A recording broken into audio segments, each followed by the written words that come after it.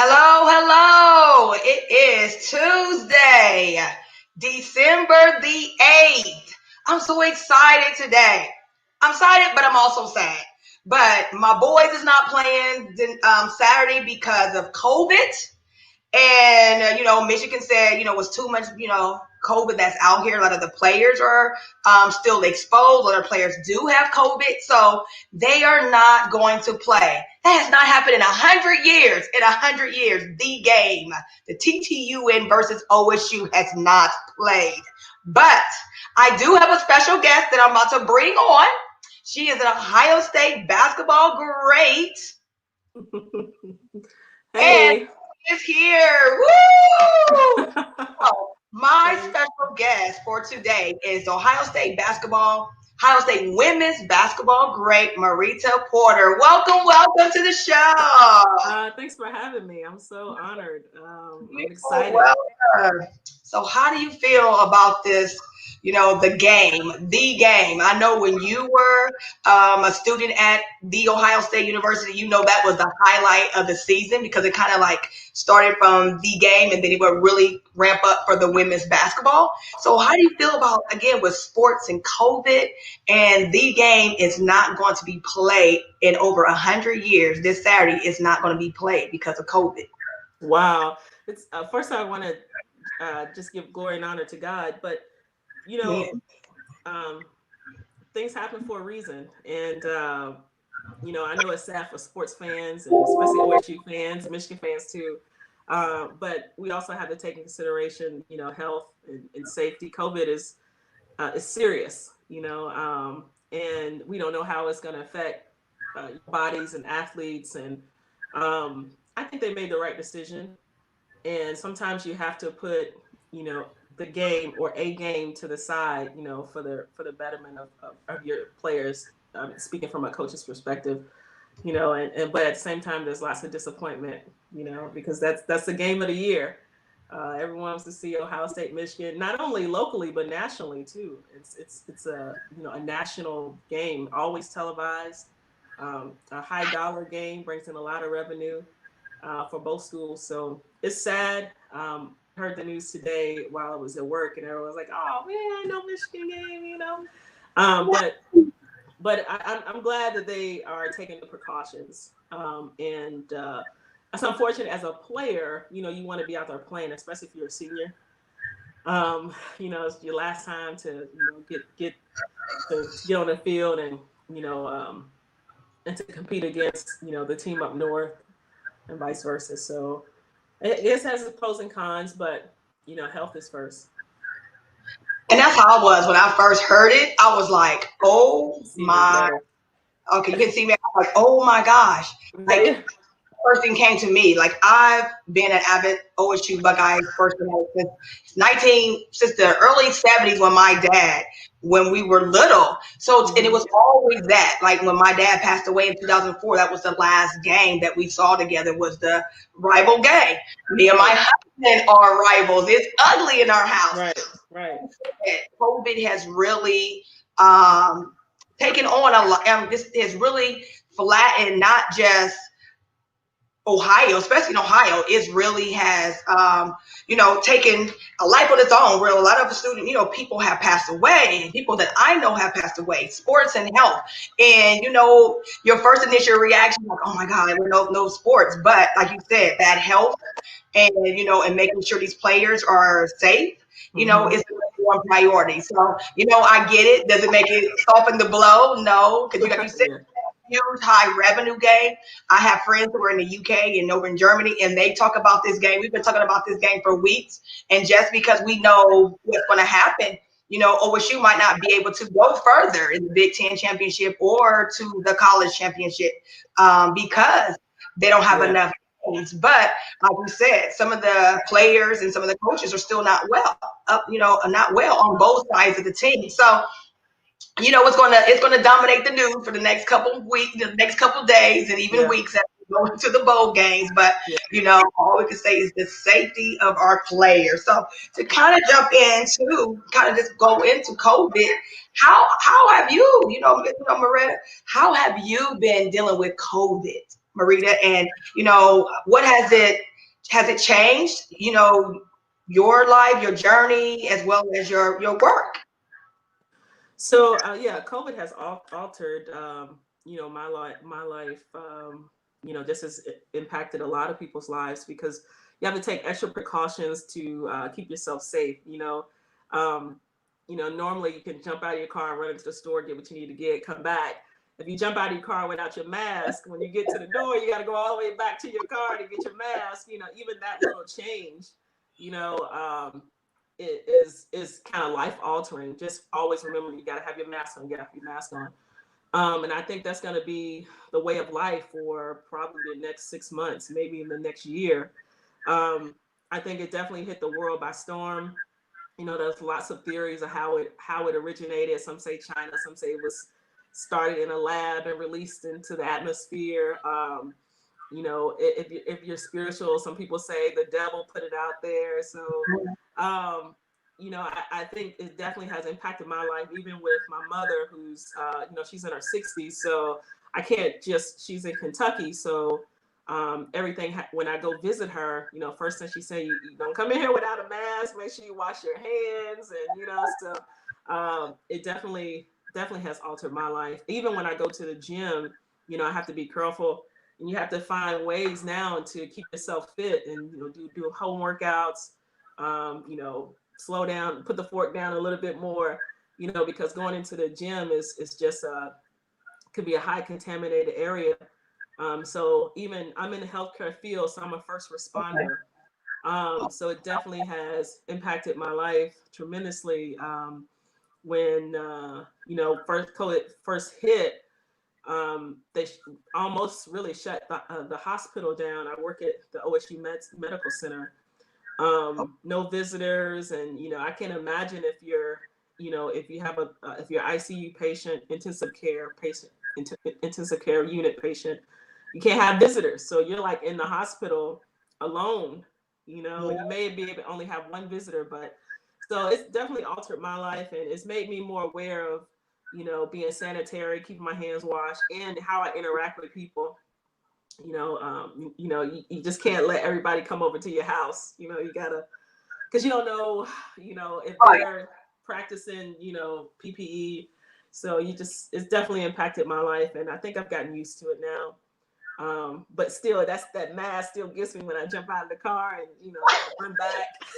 That still gets me, a lot of times. But I try to keep it around my ears. So, but however, I want to say that, God is so good that, even in the midst of a pandemic, he's still issuing out blessings. So, you just have to pay attention. You have to pay attention to what's happening in the earth. And the really sad part is that people are dying from this. And I do wish people would take it seriously. It's not just a common cold or a flu. It really has it. If you catch it, you really don't know how it's going to affect your body. So, I still see people not wearing masks, which is very dangerous. If you're a coder rider, or if you're trying to fly on airplanes, just wear a mask. If you're going out in public places, I know it can be an inconvenience, but wear a mask, because not only are you protecting yourself, but you're protecting someone else. So, we just have to follow the rules, and don't be a rebel. Just go through it, and remember your health and safety is important too. So it definitely has altered, the U.S., United States, and the world. Right. So hopefully, with a new change of presidency, it looks like vaccines are coming on the scene, that there will be a slowdown of this COVID. But really, I still think it's just basic, cleanliness, washing your hands, wearing a mask, Right. and those basic things, that it seems like this can be challenging, but if we do that, I think we can slow it down. So with you being a first responder, has just from March to where we're at now, do you think it's going to get better? Like I said, because with PPE, even for myself, I went to the Big Ten Women's Tournament and came back home and realized that, like you said, the rebel, I was I didn't really think it was that bad until one of my friends' family members passed away. And then my father-in-law in September, he passed away. And like you said, he wasn't able to have visitors for like that 2 months. And so that's when I really started to realize just what COVID was actually changing. Like you said, changing your whole world. And I feel like that meme. I get all the way to the front of that door and I got to go all the way back out mask, or I would leave my purse at home because I got the mask but no purse. So it was like one or the other. Yeah. So, as a first responder, what would be just 3 tips that you could tell, the listeners to make sure that they are doing, for, with COVID? Okay, so one is if you're a believer, you should be praying. If you're a Christian, you should be praying. And Psalm 91, I highly recommend. Practical applications: wash your hands. You want to use hand sanitizer, keep it in your car, keep it in your house. Wash your hands with antibacterial soap. It has to be antibacterial, not just the moisturizing soap.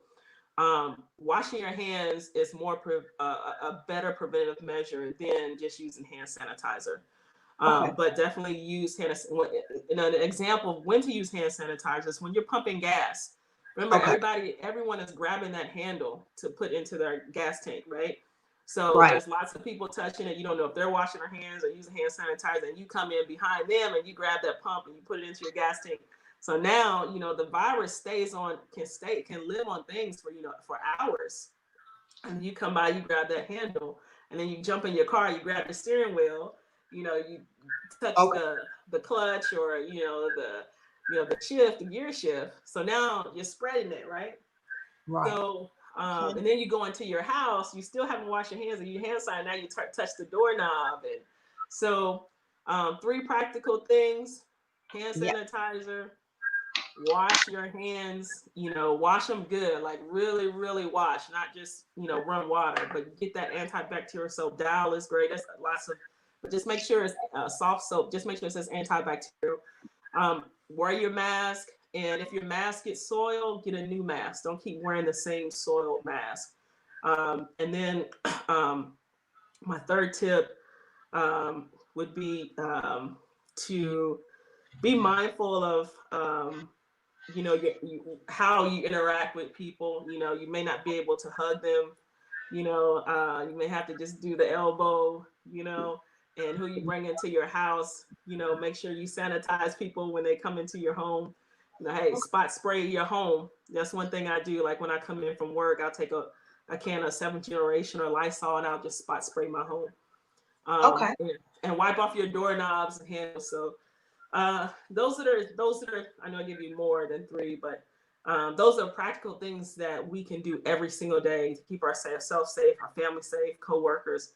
And when you're sneezing or coughing, make sure you do it into your arm, into the crease of your elbow. So just things spread. So definitely you want to do those practical things.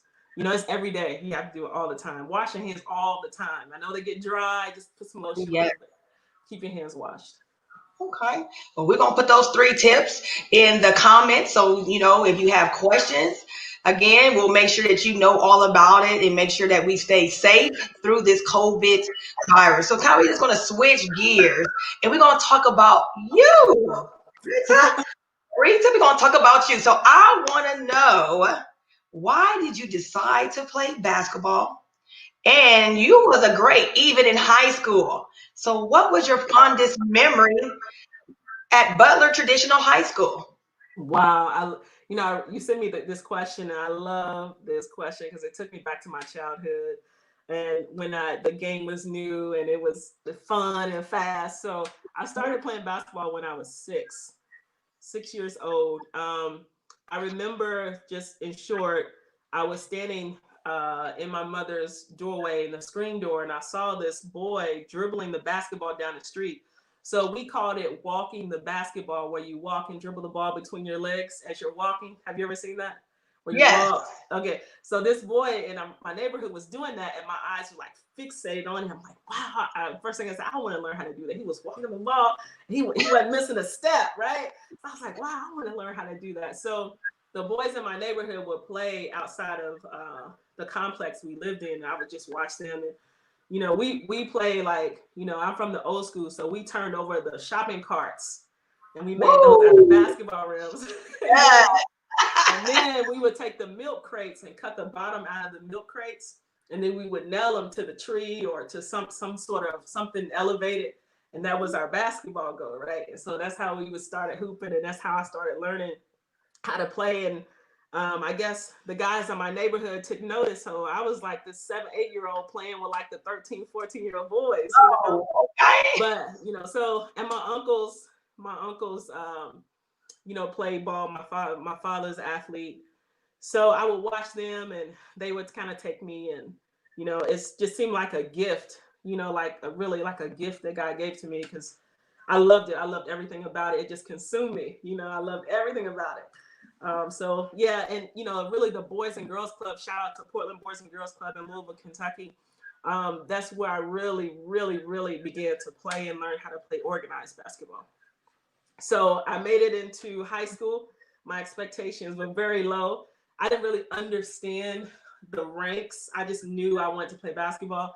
And I remember telling my friend, I just want to make the freshman team. I just want to make the freshman team. I'm a freshman, So I didn't know what varsity meant or junior varsity, JV. I didn't know any of that meant. I just wanted to play. I said, I just want to, make the freshman team. So I go up to then I don't know how it is now, but then we had PE. Everyone had to take gym class, right? So the boys basketball coach was my PE teacher. So, I think he would have us running and doing drills, for PE and playing volleyball and stuff. And he came up to me and he said, you need to go see the coach, the girls coach. And I said, wow. And so I went up I said, where is her office? So I went up and I remember walking in there and I said, I want to play basketball. And she was like, and I was so scared because she was like, she had this mean look, she was one of those, she meant business, and she's like, well, listen for the announcements. We're going to be having tryouts, soon. So I went in there, didn't know the rules, didn't know what 3 seconds meant. I was just playing, and next thing I know, she put me on a varsity team as a freshman. That's huge.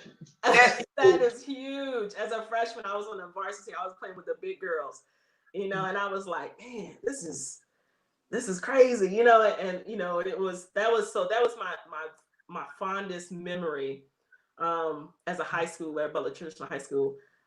Going in there, low expectations, making a freshman play on the varsity team, and not just playing on the varsity team. I later, probably within after the first 6 games, earned a starting position. So I was a starting freshman, averaging double figures, and it was amazing. And I still wasn't fully aware of what was happening for me. Do you understand what I'm saying? Like, you were just playing. You were just like that passion, that love. Yeah. I didn't know anything. I wasn't trying to get a scholarship. I wasn't, I had low expectations, So I would say, in addition to that, it would be making it to the state tournament back to back my sophomore and junior year, and being recruited. So those are some of the highlights. Being in a newspaper, the local newspaper, and people was like, wow, that's my niece, or that's so-and-so, So those are some of the fond memories of high school basketball. And those is one of those memories that you will always hold dear to you, because again, I love high school and collegiate, just like what you talked about. It's those memories, that passion, that grit, where there ain't no expectation. You just want to play. Just want to play, yeah. You're playing, and you're playing. I'm going back to my Boys and Girls Club days. You're playing from sun up to sundown. I would leave my mother's house. She would give me a sandwich, and she would give me a sandwich. Look, she would give me a sandwich and a food stamp. And I would, so I would have something to go to the store and buy, you know what I mean? And, days. And I would play basketball from sun up to sundown, from the time the boys club opened at 9 until they closed at 5 or 6. It was just basketball, basketball, basketball. And I'd take my little $1 food stamp, go to the store, get me something to drink, little chips. That was the good life for me. And that is the good life that our kids do not know anything about, was getting that little brown. Even I was out of high school, just getting a little brown stamp. Like, listen, that was a juice. That was a bus fare. You would break it and get on the bus, and you would be gone with that juice and sandwich with $22. Yeah, so those were really, like you said, I hold those memories dear. My mother, when we talk about those old days, I talk about those things, and we're like, yeah, that was easy living then. You know what I mean? We didn't have so much to contend with. No social media, and all these hate crimes, and it wasn't so prevalent then. It was nice and easy living. So you kind of transitioned. So from like you was this great at, like again, it was just your passion of love it. And then you came to the Ohio State University, and it pretty much changed your life. Like I saw, even before I Googled you, because we can Google now instead of, like word of mouth. And I was like, wow, there is so much history just in you, Marrita, just so much women's history, just in a time that basketball wasn't really showcased or really televised for women's basketball. So your timeless history. So how does that play into you being at the Ohio State back in the 90s to women's basketball? Because you say you now, have you were in the women's basketball realm now. Like, what is the two difference? What would be one of those difference that you would see from when you were playing to now in the 2000s? So I would say 3 things that jump out at me. One is the style of play. When I played, it was more contact. You could be more physical, and the players were more athletic. They could really run and jump. I mean, players then, you didn't hear of it, but players then were already grabbing the rim and smacking boards. And I remember playing at Ohio State my freshman year, and shout out to Nancy Dar. She just passed away in November. She was the head coach, and a 12-year head coach at Ohio State, took them to the national championship in 1993. But my freshman year, we played the national team with Dawn Staley and Lisa Leslie. And yeah. So I remember being on the floor and coming over like on a play, like on a switch, and I ended up, I was trying to cover, the area. And here comes Lisa Leslie, and she just smacks boards on me. And I'm like, oh my God, it's like it was like one of those monumental, holy moments. I was like, it's Lisa Leslie, you know what I mean? So players were so dynamic and so dominant then, and they were legends. They were legendary players, legendary status, because they had stellar careers, in college. And so that's one difference. Style of play, one difference combined. Style of play, more competitive, and more legendary status, and also social media is big. Yeah. Players now are getting, which is great. Women's basketball is gaining lots of exposure because of social media. Obviously with the WNBA, that was just coming into play as I was finishing up at Ohio State. That was just coming on scene, because first it was the ABL. It was ABL because the Columbus Quest was here in Columbus as far as ABL. And then ABL kind of faded, and then comes to WNBA. So all around 1999, actually 1997, 1999, they were, the game was starting to transition to a professional level. Because before then, it was just overseas, or the Olympic team. If you weren't good enough to play in the Olympic team, you played overseas. So now there's more exposure, which is great. More TV games, which is great. More just again more exposure.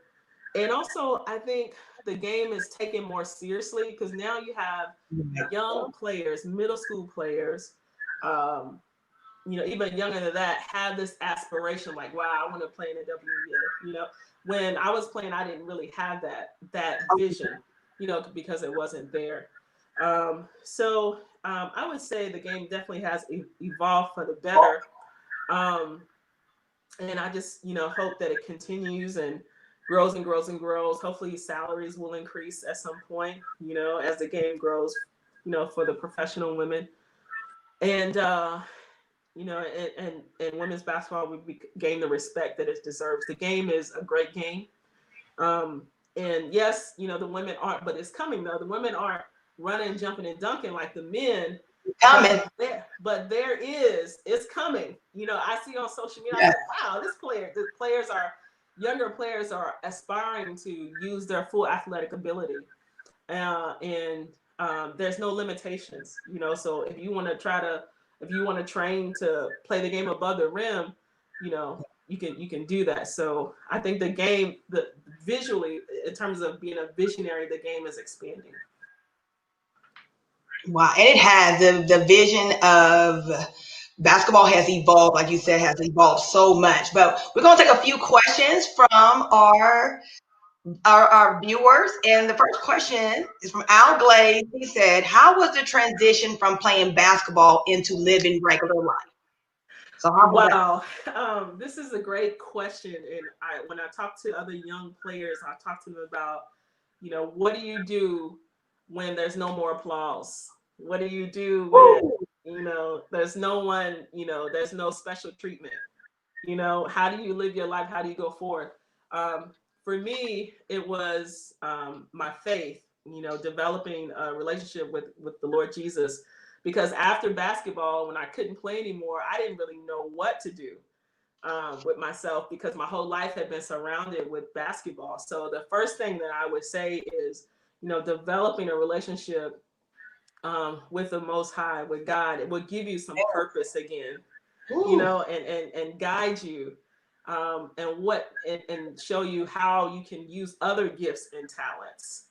And how you can still stay around the game. Sometimes maybe, after playing, you can go into coaching, or you can go into, something else that still keeps you around the game. So you keep maybe, you go into like yourself, you go into the sports media, sports marketing, and there's lots of great ways to stay around the game. But, I will say there is like this transition period. Sometimes, you can get, as athletes, you get stuck in that like for 2 or 3 years.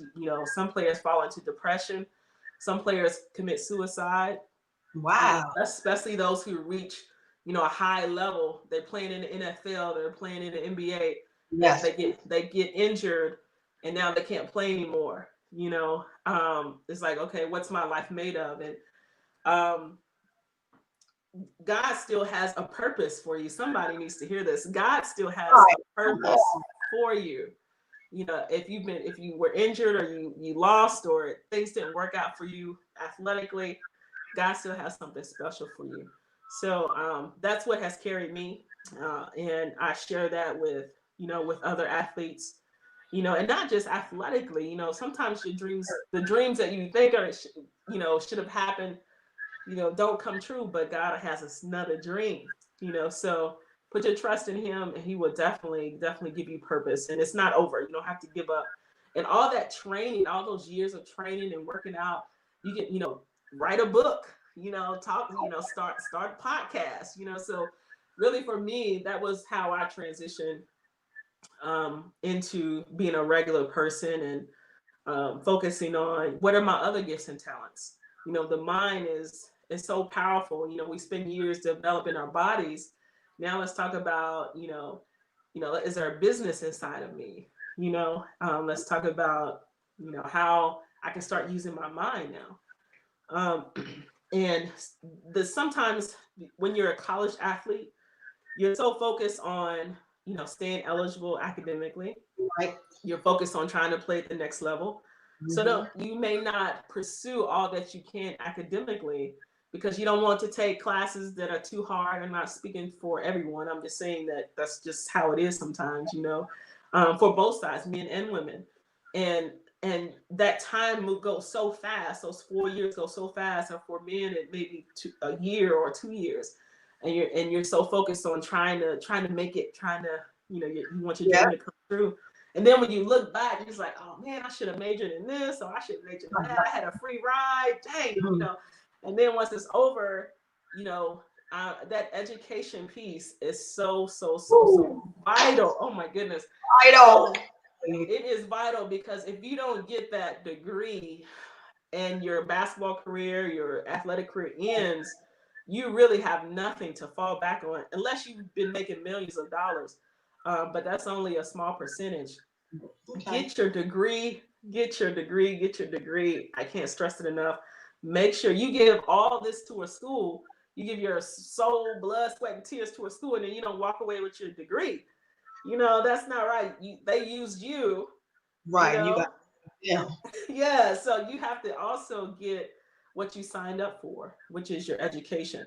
And just get it. Just do the work, get your degree. So then when things are over, you can at least say, well, I got a degree. I can go out and try to, get some sort of employment.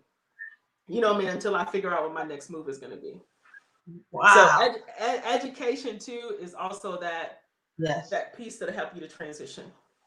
That education. So I'm hearing, for my athletes who are out here are going to watch the replay on the Sportzkelz Diva show on the move with Sportzkelz and YouTube, make sure education is the key. Make sure you're getting your education. If you're going to school for 4 years, just like Marrita said, get your education. And then when you have to transition, that goes for myself. This is how I transitioned in, was, like you said, having that mind, making sure that you move forward. Find out what your passions are. Find out what you can do else after basketball is over. Because you hear, like you said, Marrita, you hear so many stories after they leave the game. They commit suicide. Like you said, these are legendaries. They go into deep depression. A lot of them don't have the money like they used to. So also, financial literacy, making sure you are aware of when you're making those millions, how to transition your life. It doesn't matter if you are an athlete or just an educator. I'm even saying that to you. Making sure you know how to transition your life into the job market so that you will be successful. So we're going to have some fun now. I want to know some 3 greatness fun facts about Marrita. There's 2 I want to know. So hopefully you say it, but I'm going to give me 3 fun facts that no one would know about you, that you would love to share with us. I see. I've been to Finland and I've been to London. Okay. And anytime you can go out of the country, I definitely recommend it. I played basketball in those 2 countries. Great experience.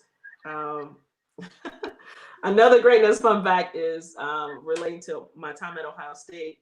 The Schottenstein Center went up in 1999, and I was a senior. And our first game was the very first sporting event in the Schottenstein Arena. And I was the first player to score a basket in the Schottenstein Center. First player, so that's like right there. Hold on, stop right there. What? I need for you to relive this. Like how? I'm sorry, just like how? What was that feeling when that bucket went in? And it was the first shot of this building coming up. Yeah, absolutely. I didn't know until the game was over and my coaches told me. I didn't know. And I was like, wow, really? I was like, yeah. The first basket, and then it wasn't a big deal. But now when I drive past it, when I'm on campus, I was like, wow, I was the first player. And I was the first player because the women's game was the first sporting event held at the Schottenstein Center. And I guess it could have been the other team scoring, but yeah, definitely I was the first one. So that's a greatness fun fact. Also, my jersey is in the time capsule. So when they did the inauguration of the Schottenstein Center, they wanted memorabilia. So they chose me and it all went into a time capsule buried underground. So 100 years from now, when the shop scene is torn down, you know, they dig up this time capsule. You know, they're gonna Mary's pull looking out. at Jersey. Yeah.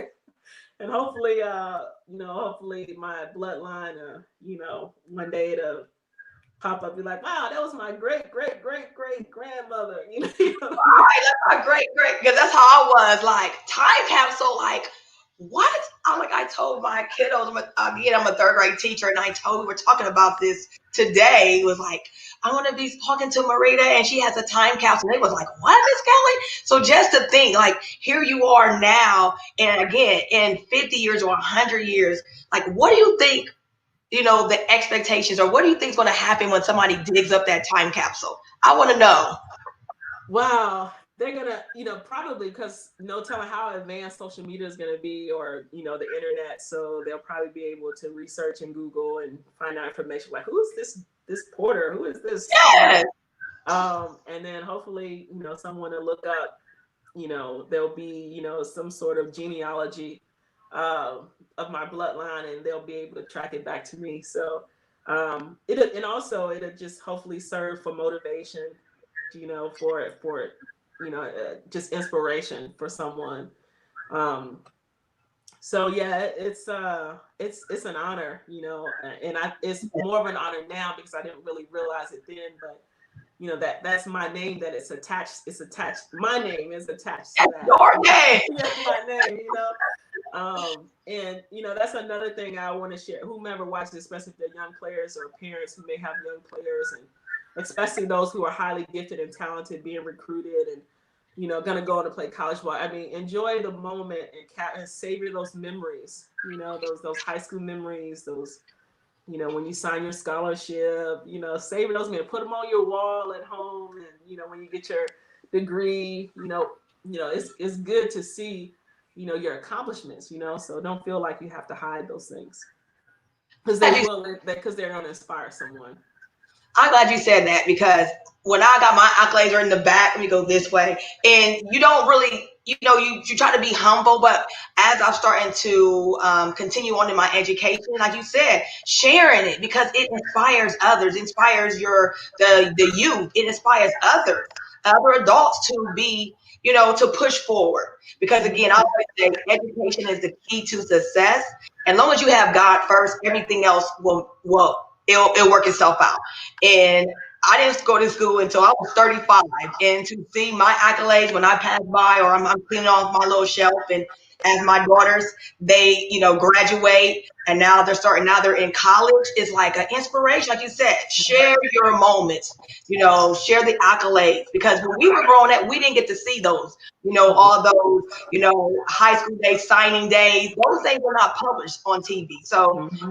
know when those were. So to see them now, again, we're timeless when it comes to the history of OSU. And as I was digging in deeper, I was like, wow, like, yes, this is even going to be better. Because again, just your motivation, your faith, and your passion for the love of sport that transcends not just now, but before. It's like you took every step to transcend and to now live this prosperous life. So I want to talk about God's greatest ambassador. Yeah. I wanted to leave some time for this because I'm a faith.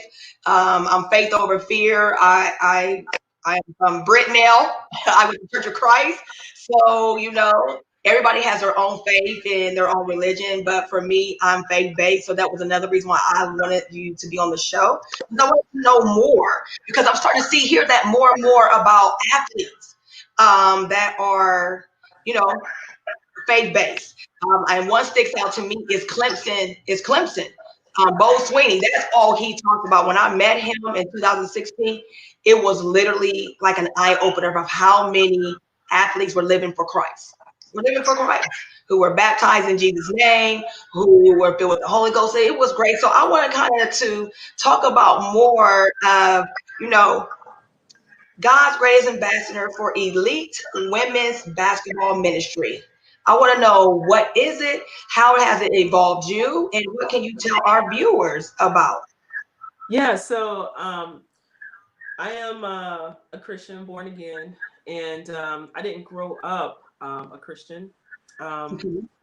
So God found me, he found me, as we talked about, kind of doing that transition, when I wasn't playing anymore and I was kind of questioning my existence and what next, what now. And, he found me and said, hey, it's me, and I didn't know that that's what I was looking for, searching for. I probably would say my biggest regret was not having a relationship with him while I was playing, in high school and college, even though I still was successful. But having that connection to God and having a personal relationship with God really gives you the guidance that you need and the drive that you need to become your best, because you're playing to honor Him, and you're playing, as a blessing, and it helps you to make good godly decisions on the court, on the field, off the court, off the field. Even for example, when you're being recruited, like, how do you know what school is the right school? Your high school coach will have one, will see one thing for you. Your parents will see one thing for you. Friends will say, mentors, but no one knows what's best for you but the one who created you.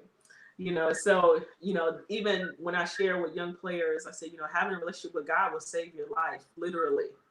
Because He wants the best for you. And when you start having basketball fame, people come into your life, and you have to be able to discern who really has your best interest or who doesn't, or who's trying to be a part of your life, because of, who they think you are, what they can get from you.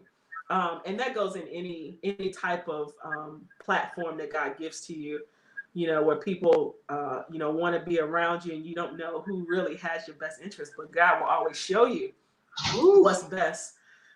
So, as I grew in my relationship with God, He started telling me, I want you to tell people about me. I want you to be a light to other athletes, to other people. And I want you to tell them about the great news. And the great news is the Lord Jesus Christ, and about salvation, and how important it is to have Him as you are developing yourself as an athlete and learning to play for Him. And you'll get the most, for athletes out there, you'll get the most out of your career if you give it to God. You know what I mean? If you lay it at His feet and say, okay, God, help me to become the best athlete that I can be. Help me to make decisions that line up with your word, that pleases you. And I think a lot of players who get into trouble, whether it be at the professional level, NFL, NBA, WNBA, Major League Baseball, soccer, a lot of players, even with money management, putting God in that, will help you. When you're dealing with millions of dollars, you got so many people that you cannot trust, who tell you that you can trust them. So even family members. So you really have to put God first. And that's really what being a greatness ambassador, I was on campus, this probably a few years ago, maybe about a few years ago. And I didn't know who he was, but I was coming around the corner. And so what I would do when I walk on campus, while I'm walking to work or what have you, I would always stop and tell people about God. And I always, being on campus, you see OSU football players, basketball players all the time. And I'm coming around the corner, and I said, oh, here's an athlete. So I stopped him. I'm talking to him about God and putting God first. Guess who I was talking to? I was talking to Chase Young. And I didn't know that it was Chase Young. You know what I mean? I just was talking to him about God, and he was a freshman at the time. And so I kind of felt like that it was, that was my purpose, to tell people about God, and especially athletes. So being a greatness ambassador is about, encouraging players, not just basketball players, athletes, but anyone to strive to be great for God. That's what a greatness ambassador does. God's greatness ambassador. There's two types of greatness. There's worldly greatness, and then there's godly greatness. And so my goal in my ministry, in my ministries, is to share the greatness of God with people, and that's who you want to be connected to. So that with the greatness, so is the organization, is it here in Columbus? Is it based in Columbus? So yeah, so actually I'm developing. I'm starting. Everything is just kind of new right now. So I have my websites up as vision as a vision.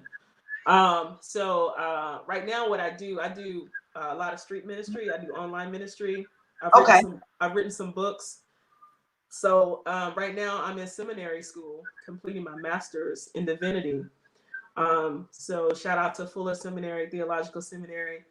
So I'm excited about that, being in seminary. That's I never thought I would be in seminary. Never thought. So like I said, God has a plan, and it's been very rewarding. I have a clothing brand called Light Brand Clothing that's doing really well. Okay. And so, I'm just kind of taking what God gives to me and just putting it out there for people. And then, having this interview with you, I was like, wow, that's awesome. Just an opportunity to tell people about God. And I'm so thankful for you. Shout out to Al. I think he was a connection. Mr. Al Glaves. Um, so I want to thank you for this opportunity. It's definitely has blessed my life, and I really, really appreciate it. Brought back good basketball memories, and also the opportunity to tell people about God. Well, I thank you for taking time out because I know again it's the COVID, but again, I wanted my viewers to hear all about your story because it's great and it's mighty and it's timeless and it's women's. This is a year of women's breaking. We're not even Yeah. breaking ceilings. We are shattering ceilings, and you were a part of that. And like you said, just from your growing up years and similar things, and to see how you have evolved, again, you're able to be a story. You'll be able to show the journey that no matter where you start, it's not where you start, it's how you finish. And Right. then again, just your faith base. Now, I want to know a little bit more about seminary school. I'm starting to hear more and more of that. So can you kind of touch on that before we like, what is seminary school and what has that really brought for you for your faith? Right. So I wanted to pursue more academically. Like Okay. right now, like I said, I'm in the healthcare field, healthcare technology field, slash IT field. And I really was praying to God about, I want to do something, I want to pursue more academically. And so I started praying, and then, I had a professor here at Ohio State say, "Oh, you'll be great in social work." And I was like, "Oh, I don't really, get your master's in social work." And I was like, "Oh, I don't really know if that's, what God is calling me to." So him, and God was like, "Okay, I want you to get your master's in divinity." I was like, what is that? So I met with the healthcare chaplain at OSU Medical Center, and so I thought maybe I would go into chaplaincy, and just wanted to get some information. And I was able, and I was praying about what school to go to, and Fuller was the one that was laid on my heart. It's out in Pasadena, California. Seminary is a school where you learn about the Bible, where you learn about how to apply biblical principles to to a field. People go to seminary if they're going to be pastors or work in the ministry in some capacity. Some people also go to seminary just as because they want to learn more about theology. Theology is the study of God, and some people want to go into social psychology, social work, with the emphasis of it being faith based. So that's kind of where seminary theology comes in, because you're learning from a faith-based in a Christian perspective, Okay. versus going to a secular school. A seminary is 100% faith-based or Wow. Christian-based. And so my strain is biblical studies. And what we do, example of classes that I take, Old Testament history, Old Testament introduction, New Testament classes, so you're learning biblical studies, the history of the Bible, how it was put together, why it was put together the way it was, so I've learned a lot. I'm a Bible reader, but being in seminary gives me that extra background, like what was going on when Jesus was on the earth, what was going on when certain prophets went on the earth. And also, in short, I took a class on the Old Testament prophets at Ohio State. And the professor there, I was sitting there and I was like, he was so knowledgeable. And I said, wow, God, I want that, you know? And so he encouraged me to go for it. And so here I am in seminary, and I'm excited about it and hope to get my doctorate as well. And it's just something I believe that God has called me to. And, you know, it's challenging, you know, and, you know, but the great thing is, if you love reading the Bible, you love learning about God, you are forced to sit down and read and study, you know, and learn about God. So I think that was God's goal. He wanted me to learn more, you know, about the Bible. So Fuller Seminary, Fuller Theological Seminary out in Pasadena, California. I have a great experience. You know, sometimes with seminary, you have to be careful because you don't want to lose your relationship with God, trying to learn the academic side of it. So I like Fuller because it still keeps you connected to God. Okay, so it's almost like you have to have a twofold to make sure that you know stay rooted, but also as you're learning, you're growing.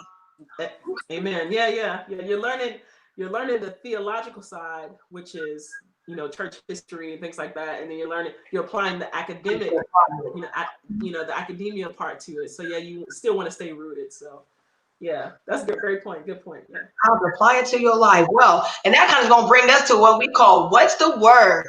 So what's the word is a phrase or a catchphrase or a mantra or an affirmation that you say all the time that gets you going. That's your positivity. So what's the word? Oh, wow. So when I saw that, I had several things that came to mind. So can I give you 2 words, short words? Yes, Short words. One is you know, because I'm in ministry, I keep it faith-based, but one is fear not. Fear not. Isaiah 41:10. And that word is so powerful because we are in the days of fear. Lots of fear, you know, people are fearful financially. Am I going to go under? You know, I've lost my job due to COVID. I'm laid off. You know, how am I going to make it? God is still saying, fear not. You know, people are in the hospital battling COVID, and God is still saying, fear not. People have lost loved ones, and God is still saying, fear not. So that's my word, is to fear not. God is still in control. Keep looking unto him, keep seeking him, keep believing him, and keep and get into your purpose. You know, like what you're doing, you're in your purpose.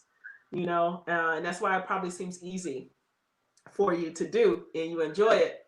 So I would recommend, you know, to get into when you don't know what to do. You know, like especially if you're struggling financially, find what your purpose is. Start building your gifts house, and don't look at your age. Don't look at, well, I'm 45 or I'm 35 or I'm 50. Oh, I'm 50. Yeah, a lot of great people started later in life, like in their 70s, started great businesses. So just fear not, just fear not and trust God. And he will make a way for you. He will make a way for you. Yeah, I like that. Trust God. He will make a way for you. Fear not. That's going to have to increase my fear of faith over fear. And it is. Like, I'm 50. And I'm a true testimony of latter years of literally finding my purpose. And as as a mom and and a auntie, grandma, and now I'm finding that purpose here at 50. Sports and like I said, wanting to know where I'm going, like where you're going. And again, that's what one of my friends said. It doesn't matter how old you are, as long as you find that passion and you keep it first, everything is going to come, from the money, the accolades, everything's going to come. So I appreciate that word. What's the word? Fear not, everyone. Fear not. So tell us where they can find you at. Again, I want you to, we have your Light Brand clothing up there, but where can they find you at on social media? And more information about the Greatness Ambassador Ministry program. Amen. So I have my website, marritaporter.com, marritaporter.com. Also, I'm on social media outlets, Facebook, Instagram, Twitter. Light Brand Clothing Company is doing well. You know, get in, I'll get you some holy godly gear. You know, represent Christ. Get you a hoodie, get you a beanie, get you a t-shirt. You know, let people know how good God has been to you. Wear your faith. We're on Facebook. You know, Light Brand Clothing. We're on Instagram. Instagram is my favorite. We're also on Twitter. So feel free.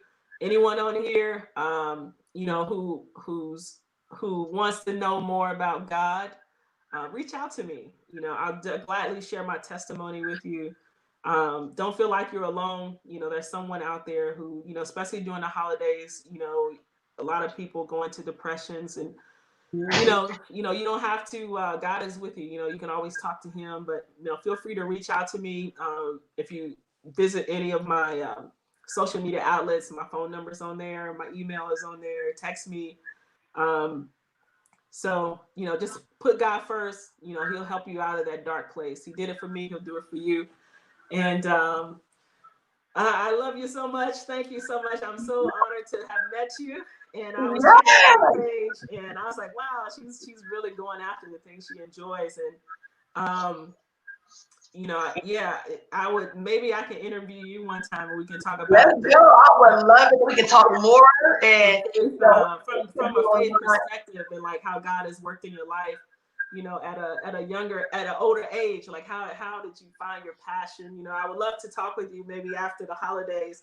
We can do something on Facebook or, you know, I love you know, just talking to people. I'm probably going to be holding my own conferences soon, women conferences and looking for speakers. You know, those things are on my heart.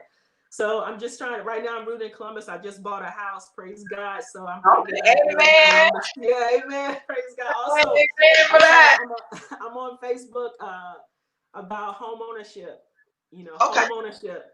And my Facebook page is called Home Ownership by Faith. So if you want to learn about home ownership, if you feel like you're ready, if it's on your heart, you say, I want out of this apartment, I want my own house.